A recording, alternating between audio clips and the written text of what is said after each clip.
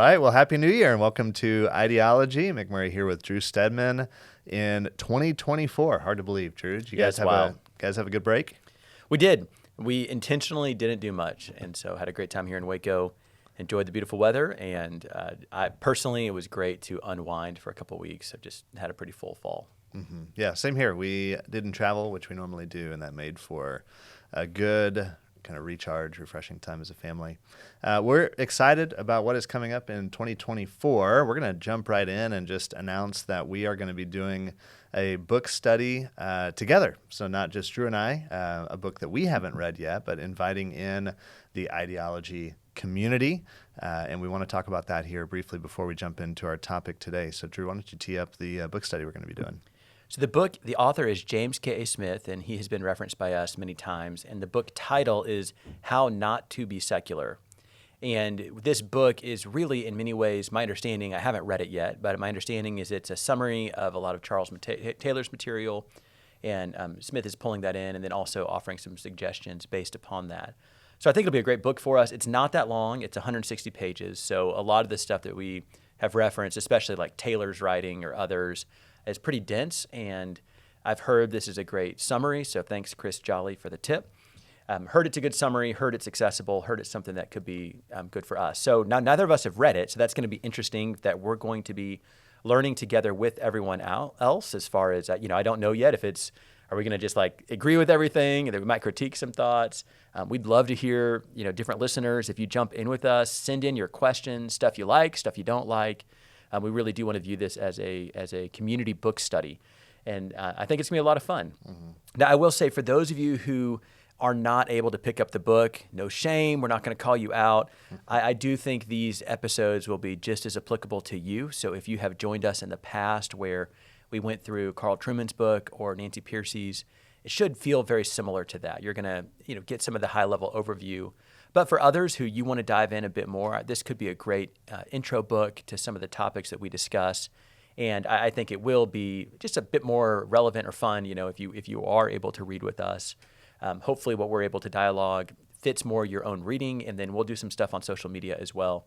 I'm not going to promise this, but if anyone out there would be interested, I've toyed with the idea of doing some kind of live event.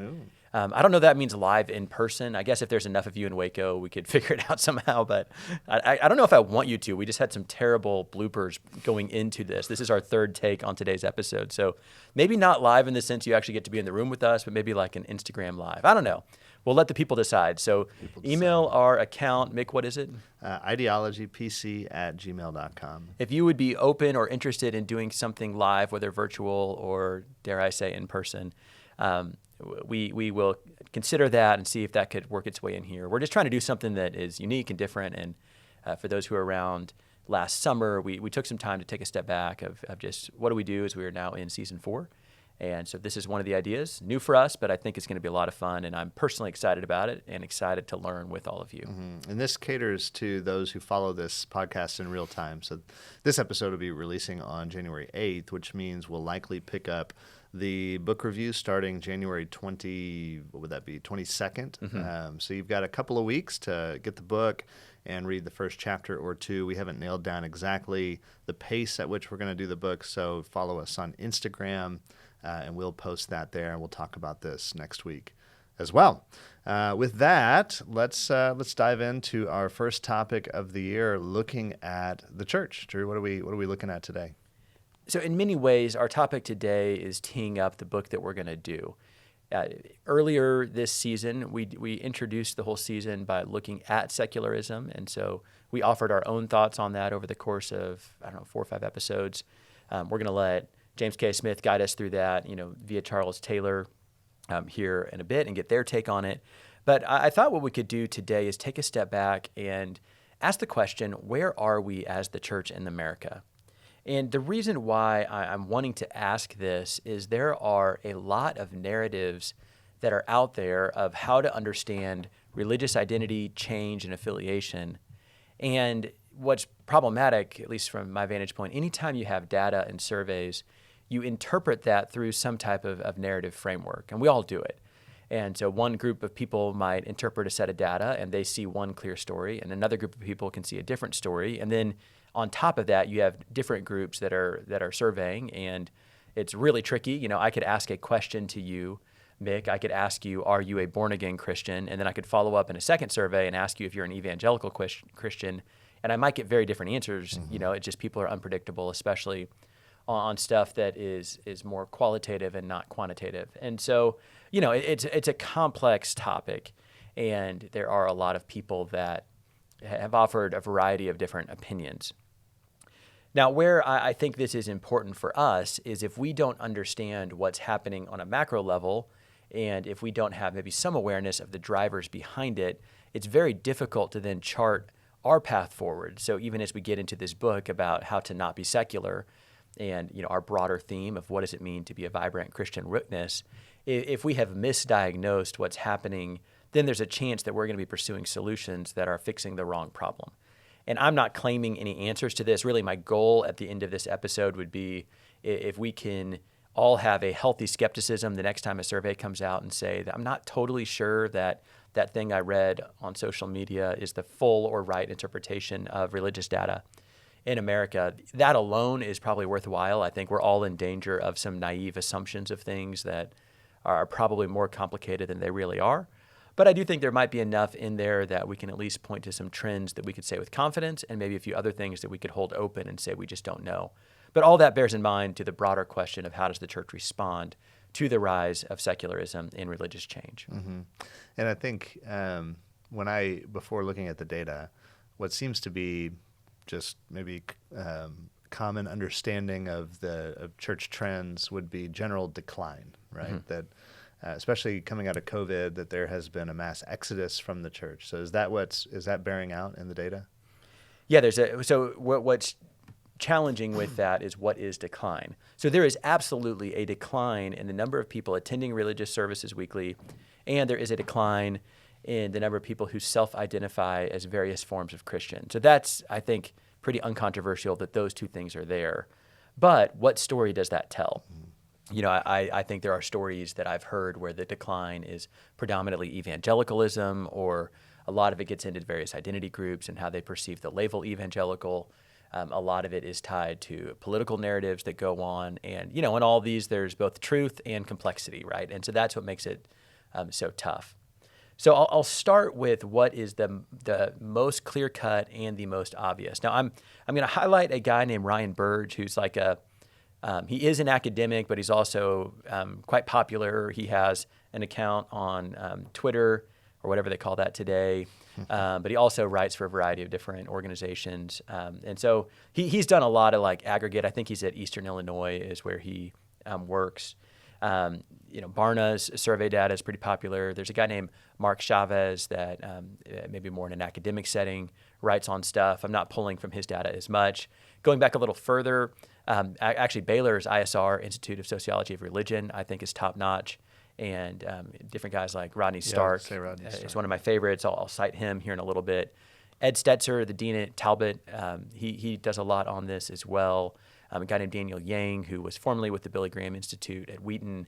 So there's a lot of different people, and you know, so some of this is I'm pulling just from a variety of stuff. So I'm trying to cite names of people that at some point or another I read something of theirs. I can't exactly chart which thing I got from where.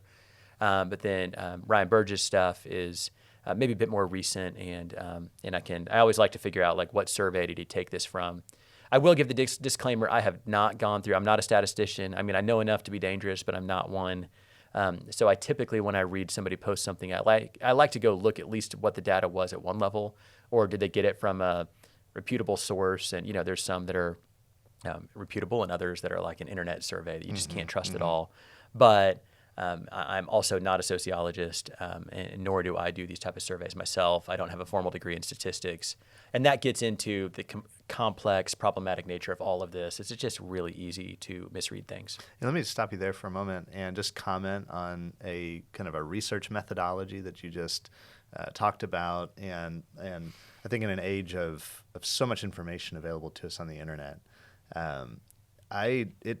I was not trained in how to research well, and I have had to learn as I've gone, and am continuing to learn. And I think we would just make a plug. You talked about these academic sources. And I think for a long time, I kind of turned my nose up at academic sources until I realized that the academic process involves this peer review component of it, where, for something to be published academically, it has to pass through a number of sets of hands and minds and go through this process where a lot of people are getting eyes on it. It's not a foolproof process, but it does weed out some of the undisciplined or out there ideas compared to something that you find on the internet that just passed through one person's mind and has not been peer reviewed. And I think that's where this could get off the rails and just complete falsehood. But even well-meaning individuals who've tried to be rigorous in their study, there's just something about getting multiple sets of eyes on it. And so if you hear us talking about these academic sources, there's a reason that, Drew, you're digging into more of these academic sources, because you're going to have dozens, if not hundreds, of people's input by the time something is peer-reviewed and published. Yeah, and that's on this one. Part of me saying this is I haven't actually gone through all the academic stuff. These are academic people. But I like to just say that outright, versus something where I actually have looked at, and really, if we're doing it, you're looking at trying to create some kind of scope around your research question and hitting most, if not all, of the relevant research that's out there on the topic. That would be like a formal academic. But in this case, what I'm at least doing, and I would advocate for, is at least know the person you're listening to and what their credentials are. Are they trained in this area? What are they referencing? Are they drawing from something? All of us are, even the fact of somebody listening to this podcast is trust is implicit to this. So you have to trust somebody ultimately. But there is a lot of bad information on the internet. And I think a lot of times what happens is we all do this. So I do this too. I don't want to frame this as everyone else is bad. I think this is native to who we are as people. We live in a thought world where there's a controlling narrative of our mind of how the world is. And that's shaped by our own experience, by our community, and a variety of factors. And so then what we do is we take information and we filter it through our narrative. And the danger of that is the world is much more complicated always than the narratives that we have and we want to give to it. And so that means on something maybe that we feel is exciting and we're really passionate about, it's probably more complicated than you think it is. But the other side of it is something that seems concerning and you're pessimistic about. There's actually probably more glimmers of hope than you think there are as well. And so that cuts both ways. And that's what helps me. And, when I hear things, I just always like to figure out where are they getting this information from, who's talking to me, what background do they have in this, and, why are they talking? And that can range. There's good non-academic sources of people that I would trust, and the people I mentioned are all in that camp.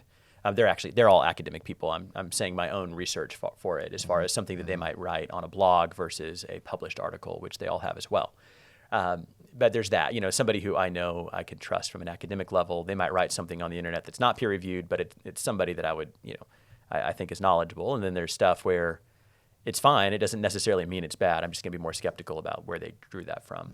And a lot of where I actually think the greatest danger is cross-discipline. So maybe somebody who's writing about politics who is interpreting survey data about religion. That's happening all the time right now because the term evangelical has gotten so caught up in political surveys, right? And so it doesn't mean that they're wrong when they're interpreting from a political standpoint, but when that same person turns around and tries to be an expert on religious survey data, we should at least ask some questions. And I've seen some pretty bad takes out there from smart people, but it just was obvious they didn't understand something they were talking about, even though I'm sure they're quite qualified in other areas. That's great. So I took us down a rabbit trail, but so going back to the data, what are you seeing as you Well, and it's a good rabbit trail because I think a lot of what I'm trying to say is I'm not convinced anyone has a great handle on what's actually happening right now. So, I think your rabbit trail just underscored that point. So here's what I think is most obvious is that mainline Protestantism is rapidly declining. And this is a trend, one of Burge's stats was that the Episcopal Church has cut in half in the last 13 years the number of people attending weekly worship services. And the average age, or I'm sorry, not the average age, but more than half of the current attendees are over the age of 65. And that just plays out that, the data for the United Methodist Church was like, a 33% decline or something crazy like that of people attending. And that was before the split with the GMC, which is a recent news item, which will just, make that problem significantly worse. So the main denominations, when you think of mainline Protestantism. So the PCUSA, Episcopal Church, United Methodist Church, was Evangelical Lutheran. Several of those different churches would be considered historic mainline Protestants. And a lot of these are the Protestant denominations that were, key church institutions going back to the near founding of the United States. And so that's a good way to think of it. And if you think of whatever, maybe normal Christian would have been 60 years ago, these are the groups that, would leap to the imaginations. The one that have the large churches in downtowns that are really pretty, those kind of churches with big endowments, the ones that started most of the historic, prestigious seminaries in the United States, that type of information or that type of situation. So that's mainline Protestant. Most of them are theologically liberal, and most of them have been in a 100-plus year decline. And so Rodney Stark looks at this in his book, The Churching of America, and he has a thesis that I think absolutely holds true, and that is that over time, churches seek to reduce tension with the surrounding culture. So a lot of mainline Protestants, there is no tension with the surrounding culture. They are the surrounding culture. That's where, if you were the elite of a city, you would go to one of those churches, and you would not feel a tension in your communal involvement in the surrounding culture compared to your church involvement. So there's not a tension necessarily to manage, but what happens is they tend to decline over time. And so Stark, in his research, he looks at, he uses the word market share, which I don't love, but he's kind of taking of, relative to the population of the United States, what percentage of people go to these churches. And, there has been a long-term, like I said, 100-century-long decline in all of these churches. However, the actual attendance started declining, I think, in the 60s in a lot of them. So they would still increase the number of people going, but that number was a diminishing percentage of the total population. So the country was growing much faster than the churches. And then it finally reached a tipping point where the churches themselves, they weren't just not keeping up with population growth, but they're actually shrinking. Now they're aging and shrinking rapidly. And a parallel trend with that is what we've talked about before is civil religion. And that's not referring to anything organized, but it's kind of the default religious assumptions of a culture. And I use the phrase cultural Christianity kind of as a parallel to that. And it's, why we swear on a Bible versus something else if we're taking an oath. Or, we kind of incorporate religious symbolism in the public square. And so I believe that with the decline of mainline Protestantism is also the decline of civil religion, and a high percentage of what many people who've researched religion, they call it the rise of the nuns, and not N-U-N-S. Yeah. That's a very different. Like a great 80s thriller. Yeah. It's one of those ideology graphics we need AJ to make for us. But the rise of the nuns, N-O-N-E-S, people who, when asked on a religious survey how they self-identify, they say none. Like they're either agnostic, atheist, or they just don't really have an answer to it. That number has skyrocketed. It has gone, one thing I saw from like 5% to 30-something% in a generation or less. So that has just massively increased, and a significant driver of that are people who historically would have been a part of a mainline Protestant denomination, self-identified as a cultural Christian, but if we could dig a little deeper, I postulate probably weren't that involved, probably didn't go to church that frequently, but it was still part of their cultural identity. And over time, they just dropped a label because it functionally hasn't been part of their life for a long time anyway. And now they're formally just not identifying as going there. And then with that, the need to incorporate religious language in the public square is also declining. So that, to me, is an obvious and clear trend. Whatever else may be out there, that's certainly something that is happening at a rapid pace. Okay, so you talked about mainline Protestantism. What would be another big umbrella? Evangelicalism? Yeah, I'll use the word evangelicalism, and this is a complex term. So worldwide, there's actually more Pentecostals than evangelicals, but in most surveys you get, Pentecostals are a subset of evangelicals. So there's, all of this kind of stuff, once you try to break it down, is complicated, and then you ask the question, who fits where? So a great example, where does the Anglican Church in North America fit? They're definitely evangelical on a lot of the doctrinal things, but I don't know that, I imagine a lot of our Anglican friends, and I know we have several listeners, I'd be interested to hear from you how you would self-identify, whether you would use that label or not.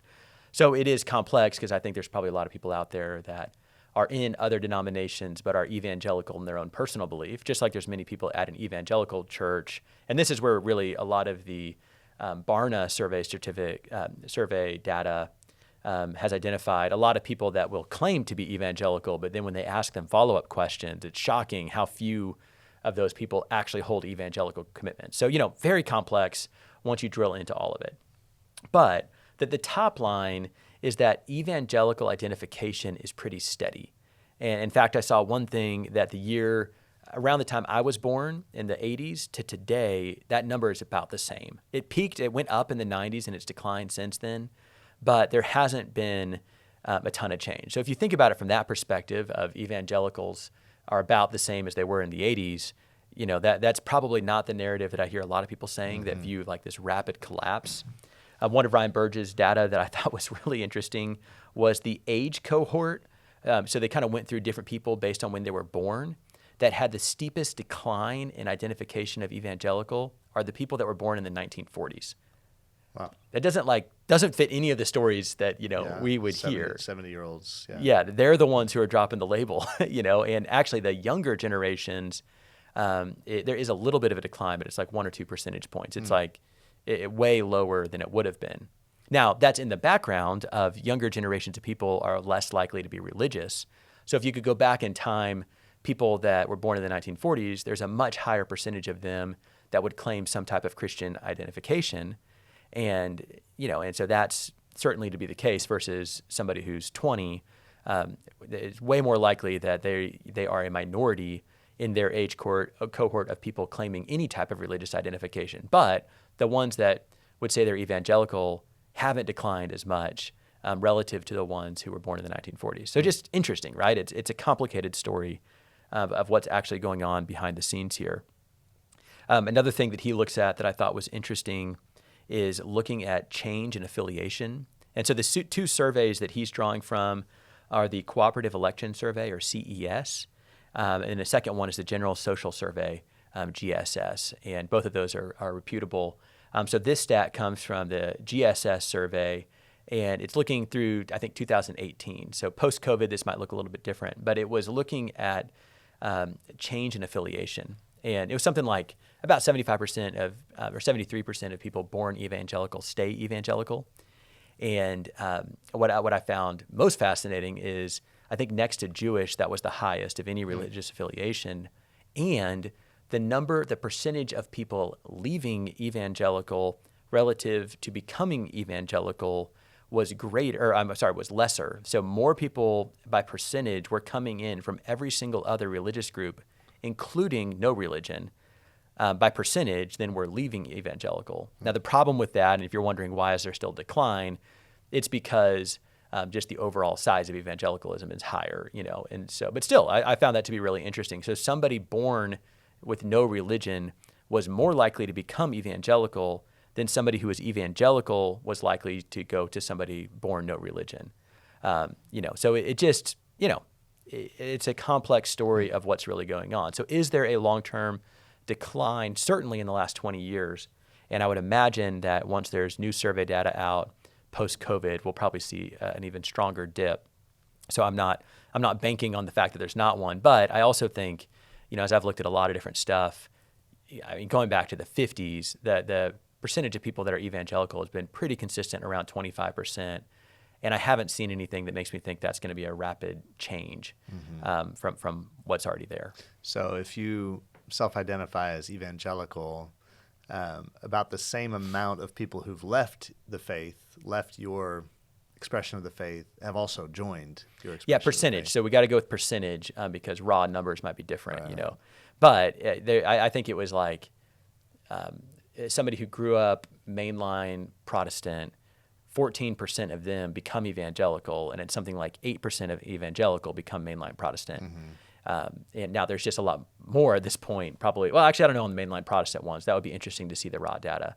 But same holds true for Catholic, for not Jewish, but the other groups that holds true for. So here's why do I say all of this? I think there is a narrative out there that evangelicalism is rapidly collapsing, and I think there are some very important, significant things that are happening. that are changes. But what I don't think is happening is the rapid collapse narrative. I would say change, fracturing, cultural headwinds, all of those are probably applicable terms to describe what's happening. But at one level, the number of people is probably not that different. What is different is the surrounding culture in which evangelicals live. And so if you were to go back in time 50 years ago, evangelical was a subset of a broader Christian culture that had multiple expressions. Well, now the broader Christian culture is rapidly collapsing, and evangelical is, kind of a holdout as a minority group of a strong faith, along with others, some percentage of Catholic, and again, I'm sure many mainline Protestants. But that group would have been a majority, and now is becoming not just a minority, but probably on its way towards being, a 25% minority, not like a 45% minority. And it's all happening in real time. It's impossible to know what the future holds. But that's a different story. Is it evangelicals falling apart from within, or is it that cultural Christianity is collapsing, and evangelicals going to have to learn how to exist without the broader cultural support that it used to have? Those are two different stories. There's probably truth to both of them, but I would put it more on the broader cultural change, while evangelicalism is maybe slight decline and steady, is probably a more realistic story, which in my mind actually changes some of how the church needs to respond. And before we look a little bit more deeply at the underlying issues, not every, like you just said, not every denomination is in decline or holding steady. There are a couple that are growing somewhat rapidly. So Ronnie Stark's thesis, and I want to pull him back in, is that churches that exist or denominations in higher tension grow more rapidly.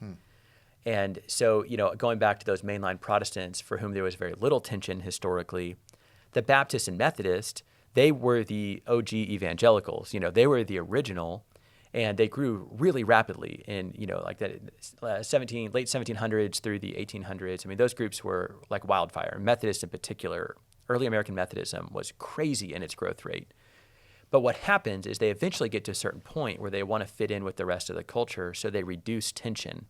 And a lot of times, if I'm just thinking very practically, a lot of times that's not entirely bad. Like some of that tension is probably unnecessary, and it's not really, if you've ever been a part of a fiery church, you can have some tension. You're like, we don't actually need to do that. That's an unnecessary wall that we've erected that keeps us out of culture. So it doesn't mean that all tension reduction is bad. But what can start to happen is it becomes a long-term impulse of how to navigate culture.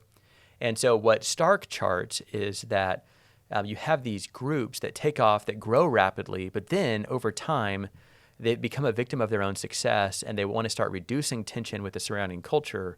They get on this train of reducing tension, and they start to decline, only to be replaced by a new, rapidly growing kind of upstart evangelical sect to take their place. And so you can, to use Methodism as an example, you had this fiery early American Methodism.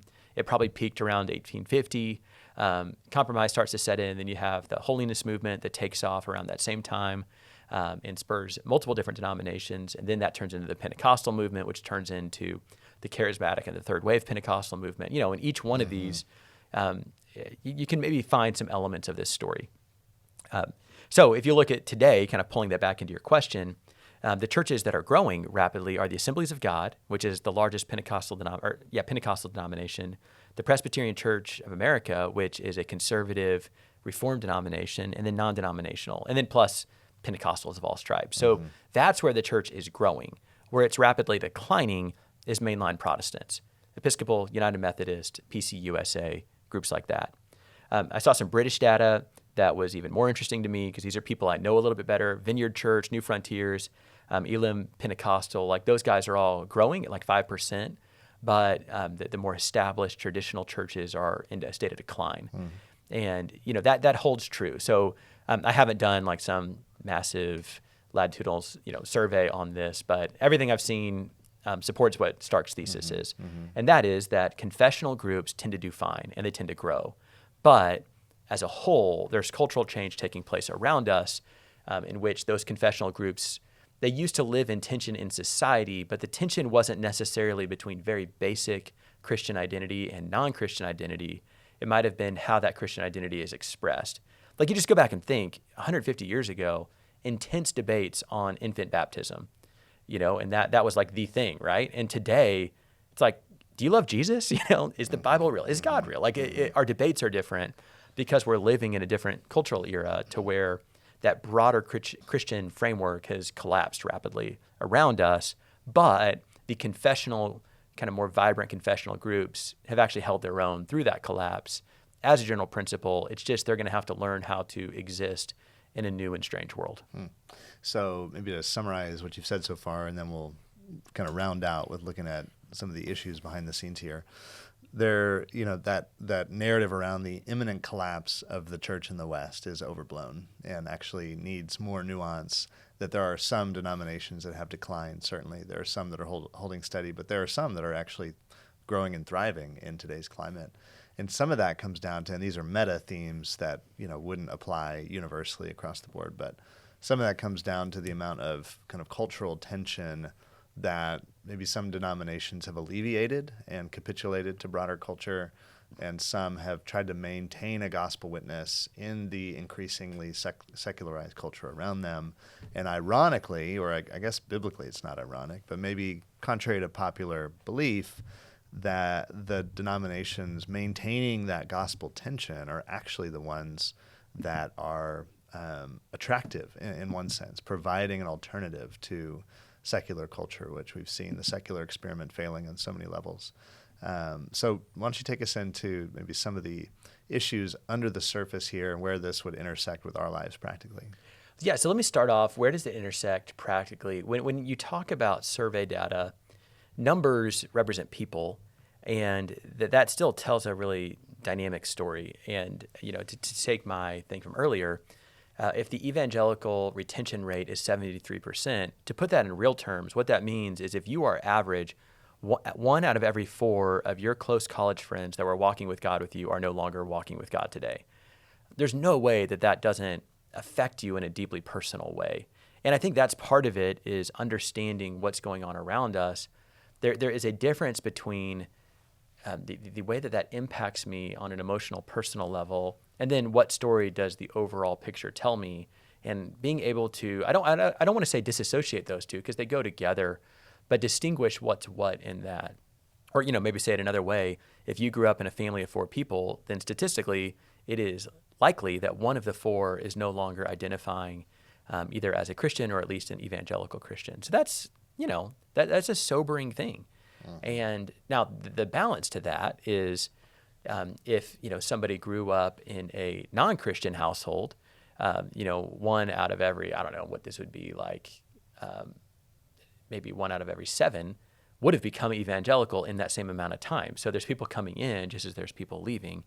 But that's that whole, the collapse we can feel, where it feels so real to us is you hear surveys, you see surveys, and then you're thinking of all the people that that of course you're saddened about and aware of. And it doesn't mean that everybody left Jesus or Christianity. I mean, there's plenty of other options for being Christian, but I'm just trying to paint the picture of what it feels like to be somebody. Is you're thinking, we used to all be one big happy family and now we're not anymore. What happened?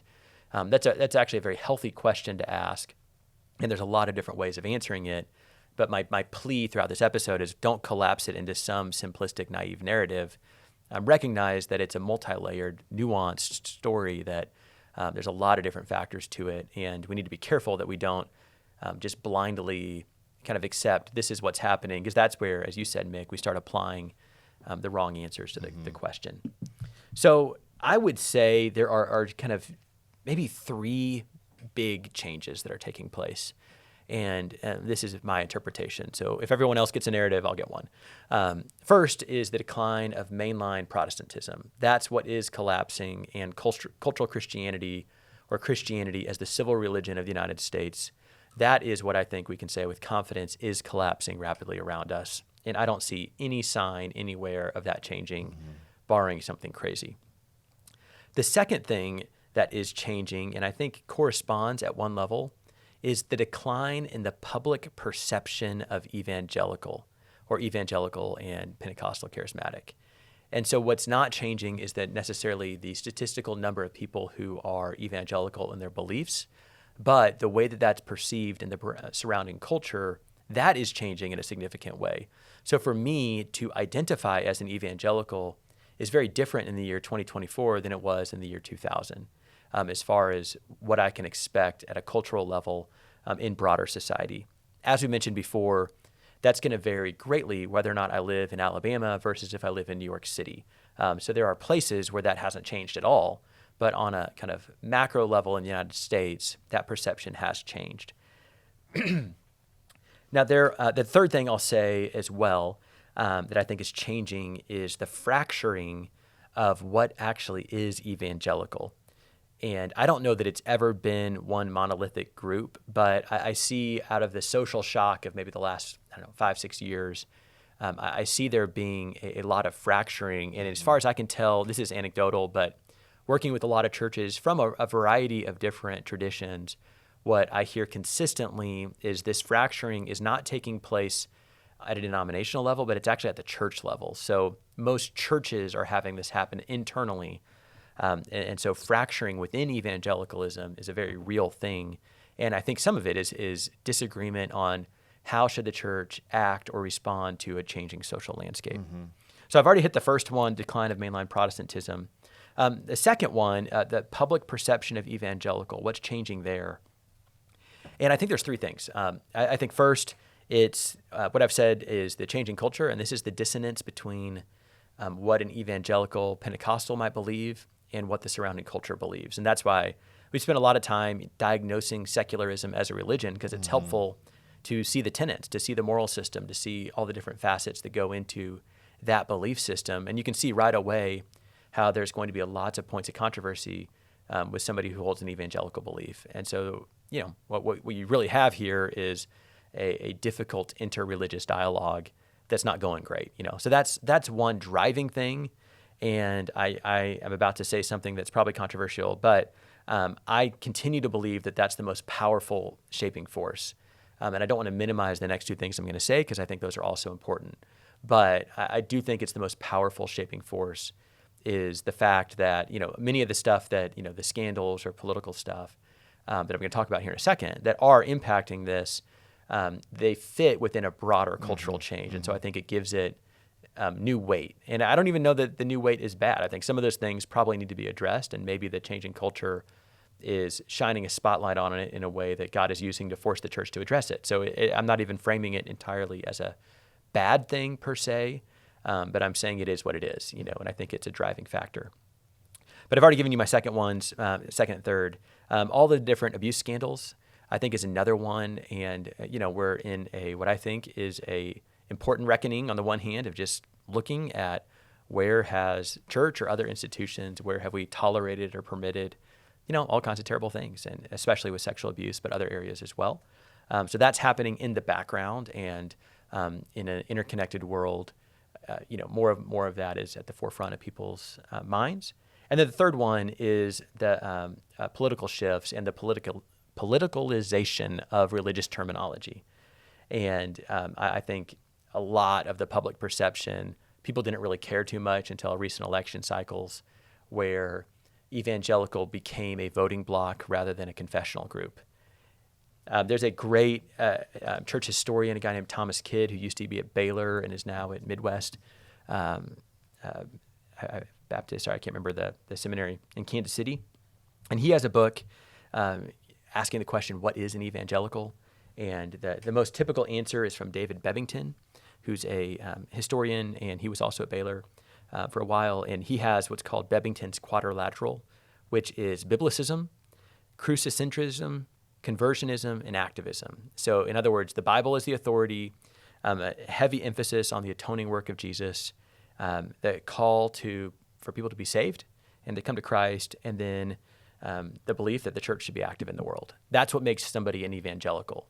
If I were to go ask somebody on the street, what makes an evangelical, they're probably going to talk to me about voting data, and so there's a challenge there, is because you have one group of people who really, when they think of all of this, they're actually not thinking about religion or religious change. They're thinking about politics. And so their interpretation is based on politics.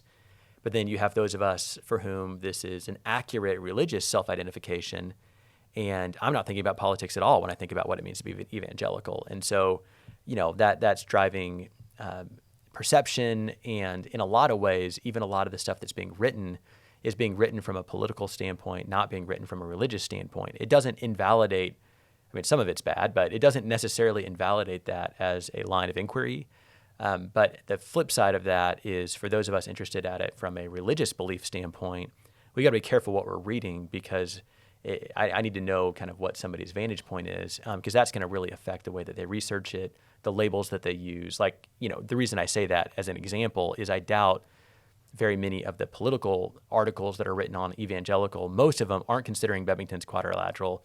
They're not asking questions about, what actually defines evangelicals in America. They're just purely looking at how people self-identify at the ballot box, and they're typically limiting it to just white Americans. They're not looking at evangelicalism as an international community or a strong percentage in the United States that are non-white and how they behave. And so they're kind of isolating this subset of evangelical. And then you have correlation and causation. Is it the fact that there is such a heavy emphasis in the South? What drives what? Is it religion that drives politics, or politics? I'm not. That's not my expertise. I'm just pointing out the fact that if you look at it as a political thing, it's going to lead you to a whole different line of inquiry than if you look at it as a religious terminology. And you tend to either drill into or overlook data based on which one you're most interested in. And to that point, there's been a lot of realignment in the West, in America in particular, that I think has been disillusioning for some evangelicals, confusing maybe at best, where my friends who were my colleagues who were just kind of what you might label normal evangelical, that Bebbington's quadrilateral, now have this like strong nationalistic flair, and we've talked about nationalism before. So what are some of those kind of realignments that have happened that might be a helpful thing to consider for some people who've just kind of wondered, at their friends and colleagues, family members who seem to have kind of realigned their beliefs along some other talking points and narratives? Yeah, so I'm going to say 5 strands that I see. I am sure that somebody somewhere influenced me on this, but I don't recall what that is or remember any one particular person to cite. So I gave you all those names at the beginning. We'll just give them all credit, but this is at least my framework is I'll give the 5. The normal or traditional. Second is nationalistic. Third is the ex-evangelical or progressive. Fourth is neo-liturgical. And the 5th is revivalistic. And these are 5 strands that I see. Now, I think there were probably elements of this that have always been there, so I'm not going to make the case that 2020 rolled around and suddenly this happened. I would probably instead say that some significant social events in our nation forced some things that were already there to the surface in a more extreme way, and it is causing people to re-sift through how they understand the world. That would be my take on it. Mm-hmm. So normal, in my mind, is that Bebbington Quadrilateral, and I would hypothesize that this is still the vast majority of evangelicals. And this is from my years of pastoral ministry. Most people aren't caught up in all this other stuff. They're just, good, God-fearing, church-going people. And that's how they live. That's how they see things. What's interesting is their pastor may come and go, and a lot of people might have had a pastor. They might have had one of all 5 of these strands of pastors over the years. Their denomination may kind of turn one way or the other over time. Most people aren't thinking like that. They just want God, want to lead a healthy life, and that's who they are. Mm-hmm. The nationalistic is certainly in the last, 5, 6 years, 7 years has become a major flavor, and there has definitely been, a trend, I would say, with even some consolidation in some certain churches where they've leaned into a conservative political identity or a nationalistic political identity. And I'm not talking here about, Christians who are just patriotic about their country. I'm talking about a more distinct subset of even how they understand their faith. And I think it's really important to separate those two. But that's definitely there. I from my own experience, it's not that large of a group of people. I think that group gets the most press because, once again, they have the most exposure in kind of some broader political narratives. From my experience in the church, maybe it's just the circles I run in, but I don't know that it's as large as it's actually made out to be, but it certainly does exist. On the other end of the spectrum, And I use the word ex-evangelical because the irony is most of them wouldn't identify by the very title ex-evangelical as they're not evangelical. But this is a different group that is pulling the other direction, to some of these political splits, and is notable, and a lot of them end up becoming the nuns or the NONES, or moving into mainline Protestant or something like that. But there still is that strand that's taking place in churches. The fourth is the liturgical or neo-liturgical, and this is something I think a lot of people who have maintained their doctrinal convictions and even the core of their faith, but they're finding a new expression in liturgy versus kind of our high church versus low church. I see a lot of that going on. And then revivalistic, and I think that continues to be the case. The charismatic awakenings, that's been going on for a long time now, but it really continues, and it continues in a lot of churches. And so, why do I say all of that? I think what I find is in most churches, this is my hypothesis, whether, somebody can research it a little bit more.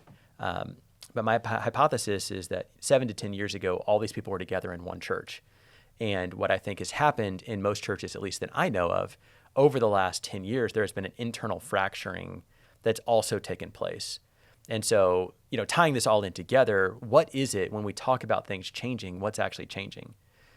Number one, the decline of cultural Christianity. To me, that's the top storyline. Number two, the internal fracturing of evangelical, and largely are often people that would retain the label, but now have different ideas of how to respond to culture. What's the right approach? And we could do another episode going through each one of those 5. Maybe implicit to those groups is they have diagnosed a problem and they are providing a solution with their approach. And that's happening now to where I'm not making the case that it was one monolithic group 10 years ago, but I'm just saying that now, that fracturing is driving a lot of dynamism and tension, I think. And I think what's happening, and this would be my hypothesis for the future, is where that has been really chaotic the last many years. Things seem to be settling down in the sense of people are more clear on where they fit with that. But there was a period of time where it felt like everything was up in the air and you just had no idea who was where and what direction they were pulling. It'd be an interesting study to overlay those 5, not splits, but those 5 expressions of evangelical over the 5 Jewish groups that were kind of prominent in Jesus' day. The Essenes, the Zealots, the Pharisees, the Sadducees, and the Herodians. It'd be an interesting, because they're all a response to culture, right? Yeah, and what do we do, And I think, though, what that doesn't say is that evangelicalism is collapsing. I think what it does say is it's sorting itself out to figure out how do we respond to a rapidly changing culture. That, to me, would be the narrative that I think we have to ask. And, and so what we've done a lot of in our podcast is like throwing out ideas of how do we respond to that. That's the whole point of doing this book review.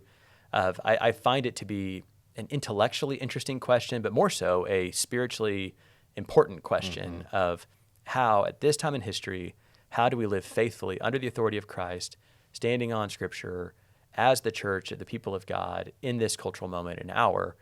What is the posture we're supposed to take?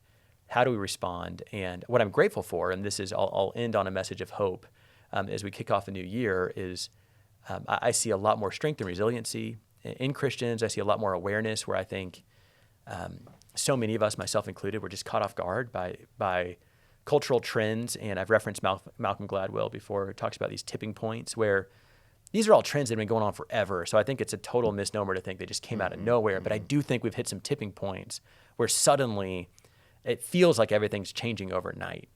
In retrospect, you can be like, oh yeah, that was obvious that was going to happen at some point, or that's a long-term trend that's driven us to where we are today. But it sure felt like everything changed suddenly. We can probably point to 3 or 4 or 5 cultural events over the last 10, 15 years that have led to that. And then what that does is that drills into us as churches or denominations or even as people. We are now kind of fracturing and trying to figure out what's our way forward through all of this. And I think that's where everything becomes really important, because we want to live faithfully. We want to follow Jesus. And, for me, it's when I read Bebbington's Quadrilateral, I'm thrilled to carry the evangelical label. Or if somebody doesn't like that, give me the Pentecostal label, So I'm all for it. But I think there's a lot of compelling stories to tell, and I think within that means we have to both confront our failures. We have to look at where do we need to change, but we also have to look at where do we need to stay steady and strong. Where do we need to stand on our convictions? All that is tied into this story, and it's complex to sort out. Maybe a good place to stop for today. And we've got great things coming up as we continue to dig into these themes, which has been a theme for this whole season. Again, how do we as believers navigate this kind of shifting cultural landscape? And that's why we're picking up James K. Smith's book, How Not to Be Secular. Is that the right title? That's right. So feel free to grab that and follow along as we dive into that over the next couple of weeks. Thanks, as always, for tuning in, and we'll catch you next time on Ideology.